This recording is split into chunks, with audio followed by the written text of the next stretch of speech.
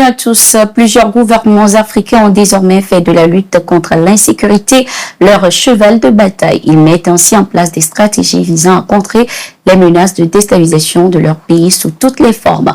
Le Niger, pour sa part, a adopté une législation renforçant ici le contrôle de l'entrée et du séjour des étrangers sur son territoire. L'ordonnance a été signée ce 13 janvier 2025 par le président de la transition, le général Abdourahmane Tiani.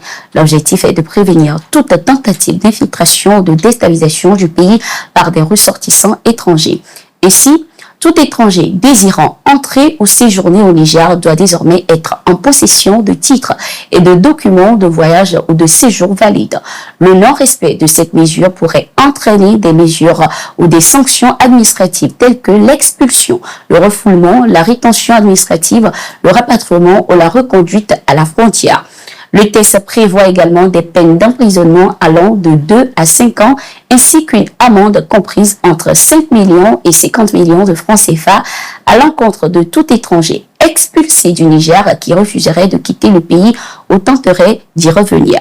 Les mêmes peines sont applicables à toute personne hébergeant ou facilitant directement ou indirectement l'entrée, la circulation ou le séjour irrégulier des étrangers au Niger.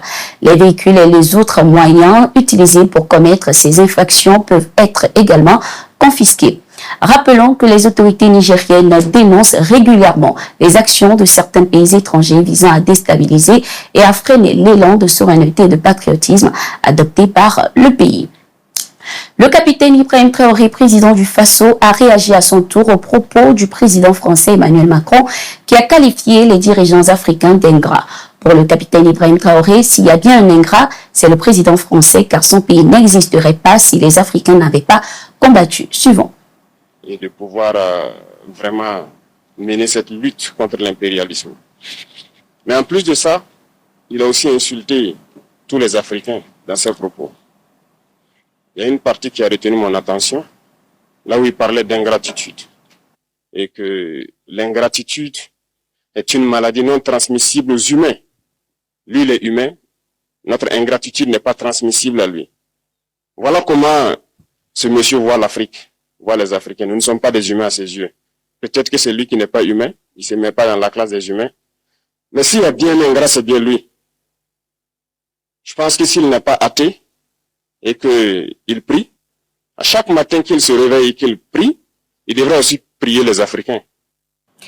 Le président français, rappelons-le, Emmanuel Macron, s'est exprimé devant ses ambassadeurs le 6 janvier 2025 dans un état de colère et de confusion en tenant des propos condescendants à l'égard des dirigeants africains.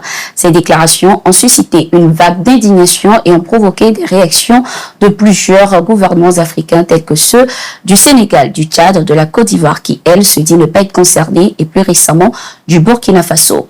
Direction le Togo, les forces armées réitèrent leur engagement dans la lutte contre le terrorisme, un fléau qui secoue le pays ainsi que la sous-région ouest africaine. Ce 13 janvier 2025, les responsables de l'armée togolaise ont rencontré le président Faure Gnassingbé pour lui soumettre leur rapport annuel, évaluer les actions menées l'année dernière et recevoir ses orientations stratégiques afin de définir les grandes lignes des futurs programmes opérationnels.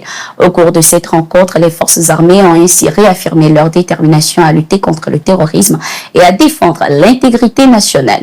Le président togolais, de son côté, a salué le courage et la détermination des forces armées et les a ainsi appelés à maintenir une vigilance accrue afin d'assurer efficacement la protection de la population et de ses biens. Il a également souligné que les efforts de modernisation des forces armées se poursuivront afin de leur fournir les moyens nécessaires pour accomplir leur mission avec succès.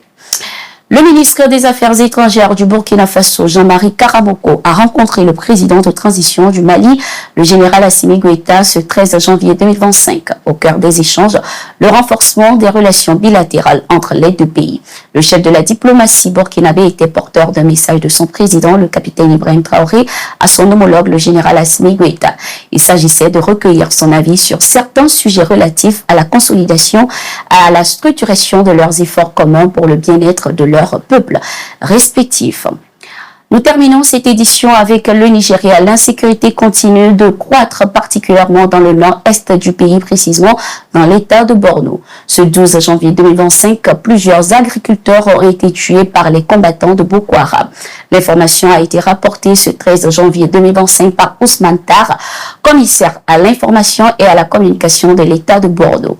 Le bilan fait état d'une quarantaine d'agriculteurs tués et de plusieurs autres enlevés. C'était tout pour cette édition. Merci d'être resté avec nous.